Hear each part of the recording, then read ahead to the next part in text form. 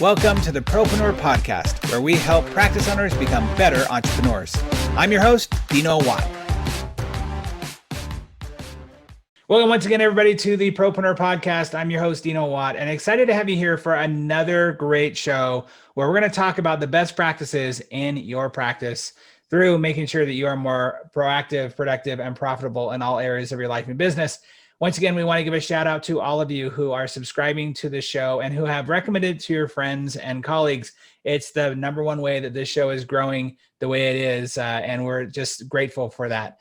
Again, we are really close to our 100th episode. We've already got that one in the can. We're ready to share that with you with our amazing author, Derek Gaunt there. And today, we're also going to give you another great author in Dr. Eric Block, who is here to share with us all the ways that he was once stressed out as a dentist, but has overcome that. And I don't know about any of you out there, but stress is an issue for many of us, right? It's like, I know that sometimes I get overwhelmed and overstressed.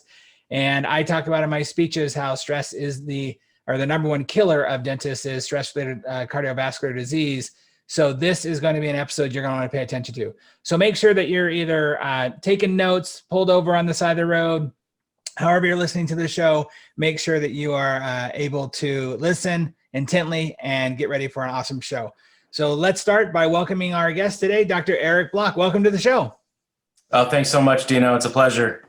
Absolutely. I'm excited to have you here, especially because this topic that you're talking about, I think, is so important. And I know that in this industry, anywhere in the oral healthcare industry, people know it, but I don't know if there's a lot of conversation around it. As a matter of fact, most of the conversation ends up being in the aftermath, right? Oh, how to, avoid suicide? How to, once that happens, how do you overcome that? And the terrors and the frustrations of that. And I get that, and that's important.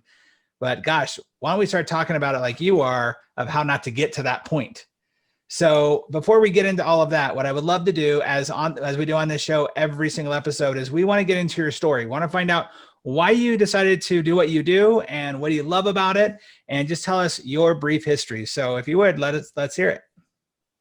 Yeah, so I live in Acton, Massachusetts. I live in practice here. It's about 30 minutes west of Boston. And, my dad was a dentist, so I'd always been around it. However, I went to Tulane University as a business major, and I took a couple classes, statistics and microeconomics with 500 other kids. And I said, this isn't for me. I switched to psychology because I had to choose something. But I decided to take all the prereqs I was thinking about becoming a physical therapist or a doctor. Dentistry was always kind of in the back of my mind. But at Tulane, there wasn't a pre-med major, so I was doing this on the side. So I was taking the prereqs. Then one night at a bar, I had a bottle of beer, and I just missed my mouth, and I broke my central incisor number 9. And I remember my friends scrambling around to get the piece of tooth that broke, and one of my friends, just to mess with me, kept it in his wallet, I think, for the rest of the semester. Oh no. So that night I walked around with half of my front tooth missing. But the next day I went to a local dentist in Metairie, Louisiana. And I just really liked the experience of the way they took care of me. They patched me up. The customer service was great. And that kind of got me thinking maybe dentistry is a route that I would go into. So I started hanging around my dad's office. He's now since retired. And I started taking the rest of the prereq classes. I took a year off after Tulane to catch up with the prereq classes, take the DATs. I taught tennis. That was my year off. Wow. I saw the brochure of Nova Southeastern with palm trees on it, and I said, that's where I need to go to dental school. So I went to Nova. I was the second class to graduate. So it was basically a brand new school.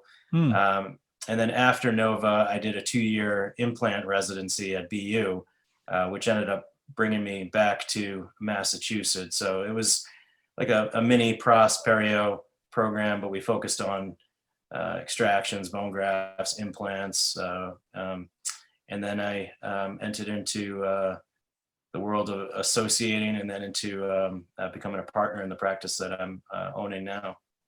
Wow, what a journey you took. It's interesting that you grew up with it. Oftentimes, I find that people typically go into their profession because of usually one of three areas. Either they grew up around it, right? Dad was it, so I became it, or grandpa was it too. I had no idea what I wanted to do, and I fell into it, or I had some traumatic experience, and it was such a great experience after the trauma that I wanted to learn more about it and do that. And you had almost a mixture of the first two, or the first and last one, right? Where you had grew up around it, but it still wasn't, not that it wasn't on your radar, but wasn't something you were moving towards. But that incident with the bottle and the tooth made you rethink it. So that's really cool. I really like hearing people's stories of why they do what they do. And tell us now, how long you've been working in your practice for as a partner and co-owner? Yeah, so I associated for a long time. I've been a partner for 5 years. Okay. I've been practicing about 18 years. So I associated way too long. um, and, I, throughout the whole, each phase of dentistry, I felt different stresses, from deciding to go to school, then in school, then deciding what to do after school, whether to do a residency or go into private practice. Then once I was associating, there was the stresses involved with that, and then becoming a business owner, that's a whole nother level of stress. So Sure. each kind of phase created its own challenges. But I've been the practice owner partner for about 5 years. Well, you were getting me all excited when you said that you went to school first for business, because it's not that it's uncommon, but it's unusual for people to both have a business degree or learn something about business and become an orthodontist, dentist, anybody anywhere in the private practice field, doctor, because they don't teach you that stuff in school. So it's a bonus and a benefit to have that background behind you. So what has been the biggest transition that you've felt? You've spent so many time, so long in as an associate, but I'm sure you learned a ton about what to do and what not to as an associate. But then how has that helped you as a business owner now? Yeah, so I worked in a lot of different offices, and all different types of offices. There was even one point where I was like a traveling implantologist, where Oh, really? I would go to several different offices. However, that is a challenge in its own, where you have no control over the schedule with Sure. the supplies, the staff. So that actually, I got tired of that after a few years. So each office that I worked in, I did take little bits and pieces of what was working, what wasn't working, Yep. and tried to bring those systems to when I did become an owner. I wanted to bring those along, what I had learned along the way. However, when I became a practice owner, I was shot out of a cannon, and I wanted to do all these changes and do everything now. And that was not the right way to go about it, especially the staff onboarding. A lot of these staff members were legacy staff members, or still are, Mm-hmm. Mm-hmm. and they were used to a certain way, a certain style of system. And I was so eager to come in and do all these changes. I wasn't new to the office. I'd been associating there for many years, Right. but I wanted to make a lot of changes. And I didn't explain the why of why I wanted to make these changes. And there was a lot of resistance, and people fear change, and they didn't want to change. So I learned a lot from associating in the different offices. But my way of adding those to my becoming an owner, I didn't quite go about it the way that if I could go back, I would have done it differently, and kind of eased into things and explained the why to the staff, and got the staff more on board of why we were doing some of these changes. They're like, who are you now? All of a sudden, you were, associating, and all of a sudden now you want to change things up. And I hear that from whether you are an associate in that office beforehand or the new doc coming in who just acquired that business. I mean, I love I use the phrase as well, legacy team members, right? Mhm. Like they've been there so long. Why change things up? They're going to be the hardest ones to shift. I was doing an interview I want to say 2 weeks ago with Jill Allen, who is a consultant in the ortho space. She does startups. And I was talking to her about, this very problem when you go in and you acquire a new practice. Obviously, one of the challenges, the team members already there. And she said she has a process that she puts everyone, no matter how long you've been there, when there's a new doctor that takes over, everyone's on a 90-day probation period from there.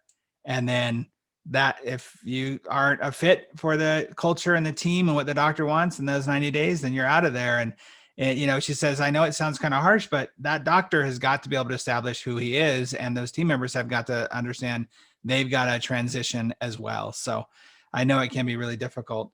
Let's talk about that because the stress of team members and staff is real. Like that can cause a lot of stress when you're someone who has not been really trained on human relations or emotional intelligence or how to deal with, different attitudes. The reason I got into this industry in general was I had a doc I was working with, he and his wife in their marriage. I used to do that a lot where I would help people have better relationships and that were professionals. And he said, Dino, this is working great in my marriage, but I want to ask you a question. I'm married to 6 other work wives and they all have different personalities. How do I manage all of those? And that's what got me into this whole industry right there. That was the kicker. So talk to me about the stresses that you find most doctors come up against inside their business that could be managed if they actually just had the right tools. Yeah, so I just wanted to take a step back to your comment about I really like that 90-day probationary trial period. I think that's a great way to do it. However, I have a partner, so there are some wrinkles there in that, we have to see eye to eye and everything and make decisions together. So sometimes that's not so easy to just institute a policy like that. And that's a marriage in itself when you have a partner. Sure is. I mean, I see him more than I see my wife. Yeah. So a lot of the stresses that I dealt with over my career were, my personality. I'm an introvert. I was always a people pleaser. I would say I wanted to make everyone happy. I didn't like confrontation. I felt uncomfortable saying no. I wanted to say yes to all the patients, the staff. And I wanted, everyone to, I wanted to be like that fun, the fun, cool guy. And I was saying no to myself a lot and yes to other people. So one of the major ways that I really, I really suffered from anxiety and burnout and as an associate, and then my transition becoming an owner because the staff resistance I got from the changes I was trying to make. There were some drama queens in the office. There was poor behavior that had been tolerated for years, and I wanted to set a tone of a good, positive culture. And some of the staff weeded themselves out. They moved on, or we had to get rid of because they just didn't want to play nice with others. They weren't a fit. Weren't a good fit. There was, we had, staff members fighting with each other, crying. I mean, you name it, we had it. And it's put stress on you. It put stress on the rest of the staff. Poor behavior had been tolerated. And the patients sense that too when there's stress in the office. So I went to get, I took action because I was suffering burnout, and I thought to myself, I can't, do this for the next 20 or 30 years and go into work, not enjoying the people that I work with. I was always stressed about patients. What, do they like me? Am I going to get sued? I always wanted to do the perfect treatment. And I'd take it personal if a patient didn't reschedule with me. And a lot of it was just not being, confident or comfortable in my own skin. So I had to do something, and I took action, and I went to see a therapist, a combination of some medications and a lot of changes at work.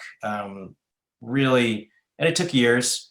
And it led to me to the point that I'm at now, where I enjoy going to work every day. Mm. I think the major eureka moment was that I needed to start saying yes to myself, and no to others, and just stop caring. And I'm not talking about caring about treatment or patients. Stop caring what people thought about me. I didn't care if they didn't like me. I didn't care if they accepted that treatment. With the staff, I'm your boss, you're working for me, and this is, what I need you to do. And Right. Sorry if you don't like me, you don't have to like me. Yep. I think that was a really, change in getting back to enjoying working again. Well, that's really important. I talk about this concept often around force, right? Sometimes we're trying to force an issue, whatever it is in our life, but we can use this in our practice that when we have force, we automatically have resistance, right? Imagine force up against a block wall. You're going to have resistance up that block wall, and that's going to create tension, and that tension is going to create paralysis. And so whenever I see a practice that is really stagnant and is not really moving the ball forward the way that they want to be, it's usually because if we go all the way back 3 steps, there's something that people are forcing other people. There's a forced dictatorship, if you will. And there's not this feeling of, no, we want you to be here because you want to be here, and you want to, you need to follow the core values. You need to want to be going towards our vision because we're the ones ultimately in charge of that. But I want you to force you to be here. I want you to want to be here. So I'm assuming this is what then created the desire to write a book. And I got to tell you, first of all, I love it when people write books. I think not only are books a great way to get out of your head, the thoughts and ideas in your head out of it, and to share with other people. But you said you had some children. Is that correct? Yeah, I have 2 kids, Okay. A 5 and 7-year-old. So you're leaving them a gift too. And this is what I don't think a lot of people think about with the books is you're letting them and your grandkids and your great grandkids and stuff, as soon as you have this book published, you're going to let your whole posterity see a window into your mind at this point in your life. And that's something that is so powerful that not a lot of people think about when it comes to a book. So I love it. I want to hear how this book came to be and why you decided to sit down and take the time to write this. Yeah, I really wanted to, because I speak to a lot of friends and colleagues, and I go on Facebook groups a lot, and DentalTown. And there's just a lot of stories out there where, dentists are struggling with mental health and burnout. And it's a very stressful profession, physically, mentally. We come out with basically no, business knowledge. I think I had an hour of business class in dental school. So we're entrepreneurs, we're clinicians, we wear a lot of hats. We're dealing with staff. Now you add in the pandemic, and it's a whole, you add that into, and all the young, the kids coming out of school now, the amount of financial stress they're under, with all the loans that they're coming out with. Yep. So I was in a dark place, and I really regretted my place in the profession. I had regrets and doubts, and the most important thing is I said I need to do something. So I took action. I took some steps, and made a lot of changes. And I just wanted to kind of tell my story. And if there's dentists out there, some of my story may resonate with them and help them, and kind of get out of that dark hole and get back to enjoying dentistry and dealing with, working with patients and the clinical side of things. A lot of it, also my joy and, happiness came from changes such as we switched from, traditional polyvinyl impressions to a digital scanner. So Hmm. I enjoy doing crown preps more than I did before. It's something that makes me happy. Hmm. I do more CT scans and a digital workflow for implants. So that makes it so much less stressful, and it makes me happy and enjoy doing these procedures. And also the confidence where if a patient is not a good fit for me, or if they don't agree with, my treatment and they leave, that's fine. It's not going to ruin my day. I, gave them the best options, and I don't get upset when, if a patient um, doesn't, want to continue treatment with me. Um, the other thing that was really helpful for me was distracting my brain from just the office. Hmm. So I started a website during the Corona shutdown. It was my shutdown project. Yeah. It's called dealsfordentist.com, Uh-huh. and it's basically a free marketplace where dentists can go on for free, and it's ungated. There's no membership, and vendors place promos, and I'm connecting Oh, dentists to vendors. So a dentist, especially young dentists, can go on and find new customer offers, and I'll connect them with the dental company. So that website was a major distraction from the office. So it just got my mind off of the yep. office because I had something else going on. Um, from there, I actually started a podcast Oh, um, nice. called the Deals for Dentists podcast. Uh-huh. And again, that was it's such a fun thing to do, and it takes your mind away from all the, issues going on at the office or the struggles we're dealing with. Yeah. Um, and then I wanted to kind of put all of that together into a book to help any other young dentists or dentists that are struggling out there. You mentioned earlier about like some changes you had to make. Would you say that those were kind of the biggest changes, or was there something specific that you really saw helped you turn the corner and get out of that dark space? It was seeking therapy, Oh, nice. kind of figuring out, what makes me tick. Of course, they always it goes back to, a lot to your childhood, Sure. but I had to get comfortable in my own skin.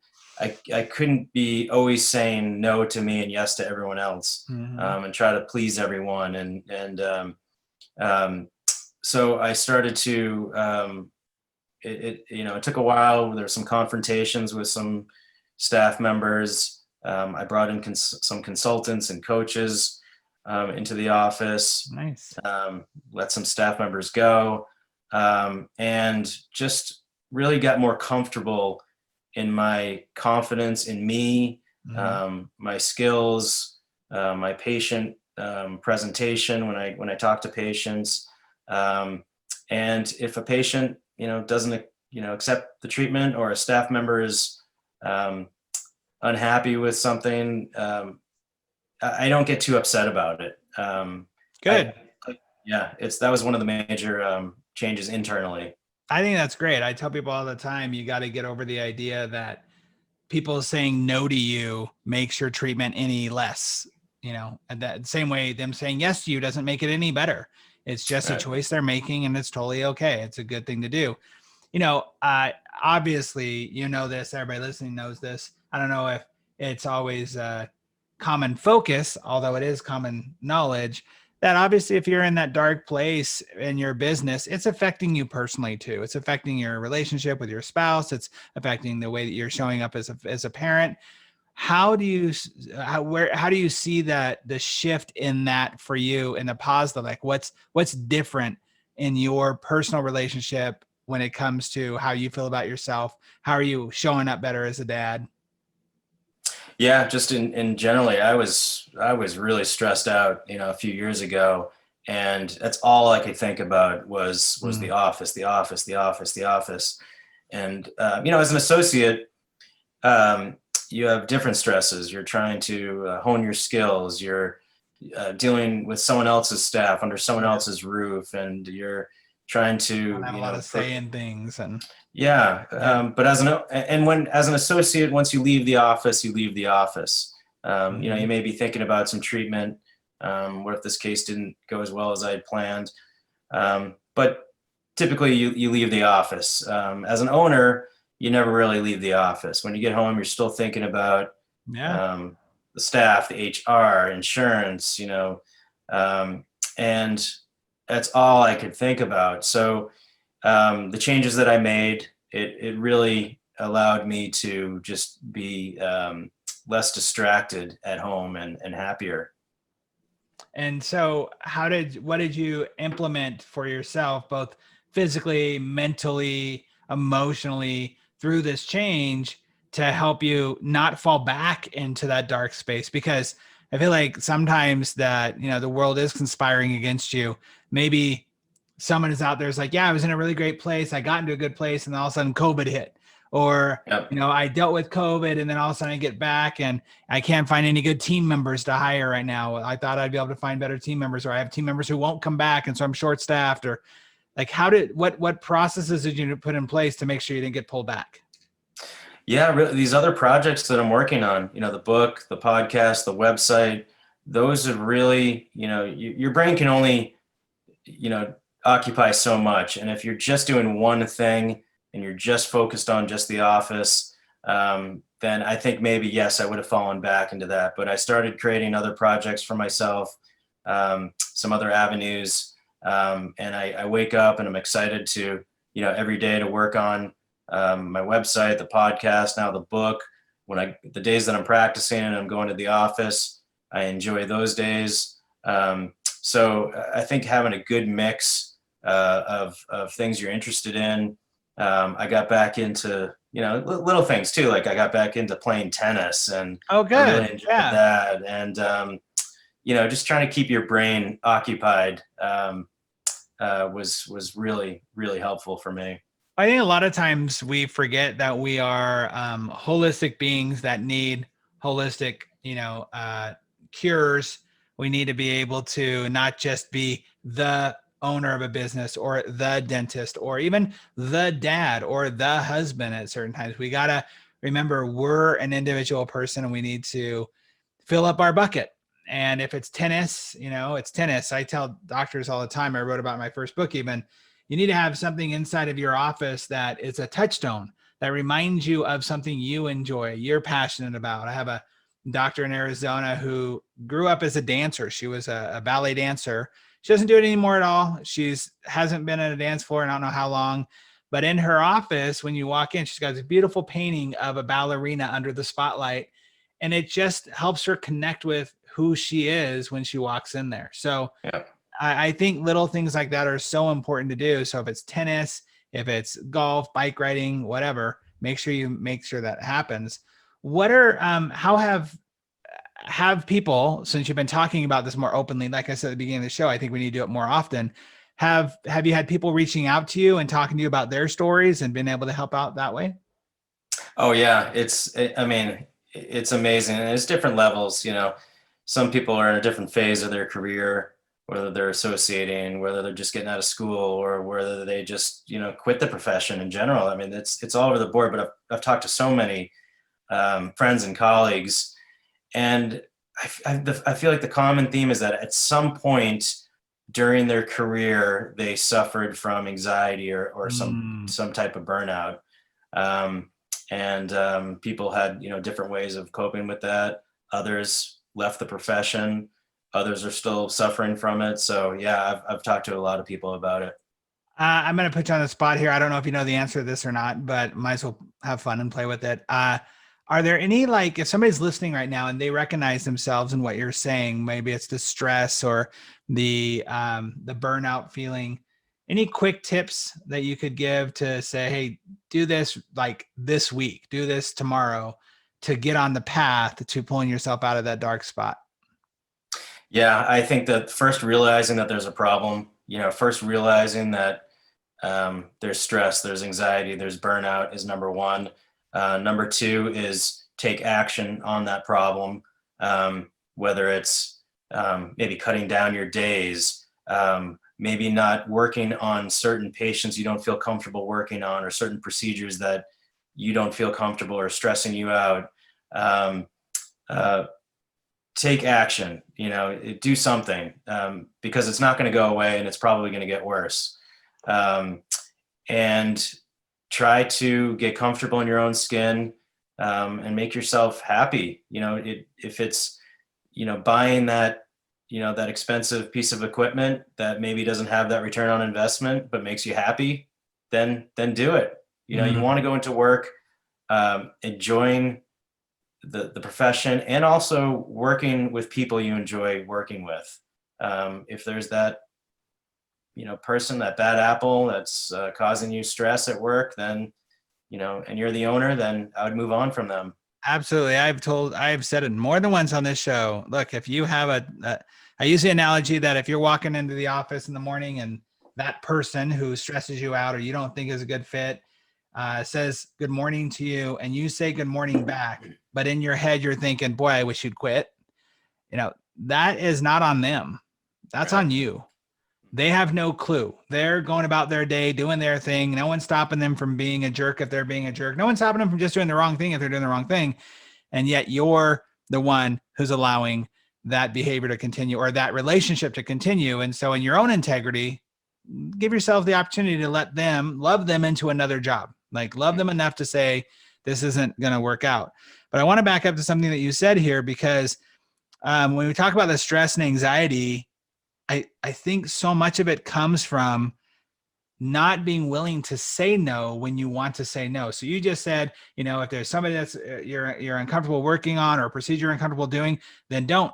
And I immediately thought of how many doctors, and I'll probably put myself in there as just as a business person, you fear saying no because of the ramifications of what might possibly be, other than somebody might be upset with you. And that's okay. You can live with that. But how did you get okay with, or are you still working on getting okay with saying no? Oh, I'm totally comfortable with it now, because I feel like saying no to them is saying yes to me. Mm, And if there's a procedure that I don't feel comfortable with, or a patient that I just don't feel like is going to be a good fit for me. And it's always tough, if you're an associate, you're under someone else's roof, and you're trying to pay the bills, and you have loans, and you want to try to do, as much as you can. You don't want to disappoint the owner. So it's a little more challenging as an associate, but as an owner, I'm very comfortable saying no to a patient, and I do it very nicely. Um, and I just, this is a little bit beyond my comfort zone, or this isn't quite a good fit. I have a great, someone great I can refer you to, or maybe it's someone else in my office that they can work with. But I'm saying yes to myself, because I know that if I end up doing that procedure to please them, that may cause me stress, yeah, and it's not worth it. absolutely. 100%. Wow. Well, this is great stuff here. I wanted to ask you, as you're building your business, as you're going through with your partner, like you said, it is a marriage the same way. What's You've got some things going on that seem to be going well with your book and with your podcast, with your with Deals for Dentists. What's not working? Where are you finding some stress right now? Because I know a lot of people can relate to, yeah, we got some stuff going on, but nothing's perfect for everybody. So where are some stresses going on in your business right now? Oh yeah, Dino. Right now, the doctor's schedules are slammed, Mm-hmm. but the hygiene is really tanking. We're really having to struggle with the hygiene schedule, and it's just getting over that barrier of um, patients not wanting to come in because of COVID. They're putting off their cleaning, so we have a lot of holes in our hygiene schedule right now. How well are you guys doing about educating them on what you do to make sure everything's safe? That's such a great point. So what I think I'm going to do is create a video of Mhm. our office. Our office looks like a meth lab. It's all tarped up, and it's total. Everyone who ends up going feels totally Yep. safe, and we're getting these great reviews. So I'm going to create a video of kind of showing what we're doing, all the precautions we're taking, It's a great and idea. then maybe send a link to our reviews showing how patients feel safe. Yeah, I think it's a really great idea because one of the things that I noticed at the very beginning of COVID is you as dentists, anybody in the oral healthcare field, you are above and beyond sterile of what needs to. You were this before COVID. Now this is on everybody's mind for everybody in this field. We've been doing this for years now. Like it's no big deal. And what we don't know as the lay public is that you guys are so good at it. You're kind of stealth or ninja about it. Mm-hmm. So our thoughts are as the public going, okay, so I'm going to go in there. They're going to use these drills on me. How do I know that they're as stellar as they should be? You have to educate people on why they're going to be not only fine, but better than fine here. I would even use statistics that I was talking to a podcast just a few weeks ago with Scott Emmett, who is the president of the DEO, the Entrepreneur Dental Organization, I think it is. Mm-hmm. Dentist Entrepreneur Organization. And he was saying, and he said on the podcast that there's not been a single case of transference of COVID from dentist to patient in the world, from dentist to patient. That's something that gives a lot of reassurance to people. I would totally use that stat. I would let them know, how amazing and dumb it down, right? We don't want to talk over them, but let them know this is how it is. And I think the video is really brilliant, and tell them why missing out on their cleaning is not something they want to do just because of COVID. As a matter of fact, it's going to help them avoid COVID even more because they're going to have their oral health care better. Everything that we put into our mouth deals with our body. And go with that whole conversation of you're probably, the best way to defeat COVID is by your immune system being high. You can't have a great immune system if you got a lot of cavities, go down that rabbit hole with them. Yeah. I think maybe some role playing and with the staff on their phone skills. Absolutely. Yeah, I think that's something we're gonna have to do as well. The best role play in the world is have them record their calls, not for you to listen to them, but for them to listen back to them and see where they're missing pieces, where they are really listening fully, where they sound like they're going through a script, where they're not sounding as personable. I literally got an email yesterday from a team member in Dallas that I asked her to do this. And she's like, I can't believe how non-connected I felt at some points where I could just hear myself going, boy, I wasn't even paying attention. Right. It's great training for them to do that. So great. I hope that helps. And I think that'll be a good idea for you guys to do that. I got to tell you, I think this book is so crucial to this industry and really a lot of industries. I Was One Stressed Out Dentist is the name of the book, the potential name of the book, right? That's right. Yeah. And that'll be available at about first quarter next year. Yeah, I'm hoping mid-February. Okay, awesome. That sounds awesome. Well, I'm excited for that. I'm so grateful that you're able to join us on the show. We've come to the point in our show where we end with our 6 questions we ask every guest on the show. It's rapid fire, just off top of your head. Are you willing to play? Let's do it. All right. So what's the number one thing that you wish they would have taught you back in graduate school? Oh, for sure. Any accounting or business classes, how to deal with the business end of the profession, and staff. Yes. How to deal with staff. Yeah. How to deal with them. Okay. What is one book that you think every private practice owner should be reading? I really enjoyed It's Okay to Be the Boss. That was by Bruce Tulgan. Of course, I have a book right here. That was excellent. There you go. That was your book. Iron Fire Like a Boss. I actually like to leave that on the lunchroom table, just to just kidding, just to scare the staff. Yeah. Hey, part of what I say in the book is you got to let everybody know that everyone's replaceable, and it's not as a threat. It's just we got to protect them as the team members, right? Because one team member leaves. I just had this in one of my offices. I had a team member who had somebody in their family who was, dying from a long-term illness. And no warning, no nothing, just up one Monday and just called them while they were on their way to the other state saying, oh, I'm not going to be in for the rest of the week. boy, that staff is up in the air. They're now having to pay to make up for them. So yeah, I think it's important. Well, speaking of my books, my very first book, The Practice RX, I focus a lot on team culture and team performance as the foundation for business growth. So as an owner of a business, what do you see as your biggest challenge that your colleagues and you talk about when it comes to teams and their office culture? Yeah, I learned so much by learning from my mistakes, and it's communication with the staff. Like I said earlier, explaining the why, good job descriptions, setting your expectations of the staff members, and as an owner, lead your staff. Don't let them lead you. Being a good leader is so important. And to set the tone of the culture. I set the tone pretty early on that I don't let drama or whispering or anything like that affect the team. You have to come in, you got to be ready to work, and you got to be positive. Yep. So important. Got to have that positive mindset as you're walking in there. So before we get to the last two questions, the next question is, how do people get a hold of you and how can they connect with you if they wanted to know more about you? Definitely the Deals for Dentists is a open source for these dentists as well, but how can they get a hold of you? Yeah, so right now, info@dealsfordentist.com is the best way to get in touch with me. That's my email. Okay, cool. Well, I would suggest everybody go to info at Deals for Dentists right now so that you can say, hey, let me know when the book is available and you can get on that list there to get that as soon as it's ready.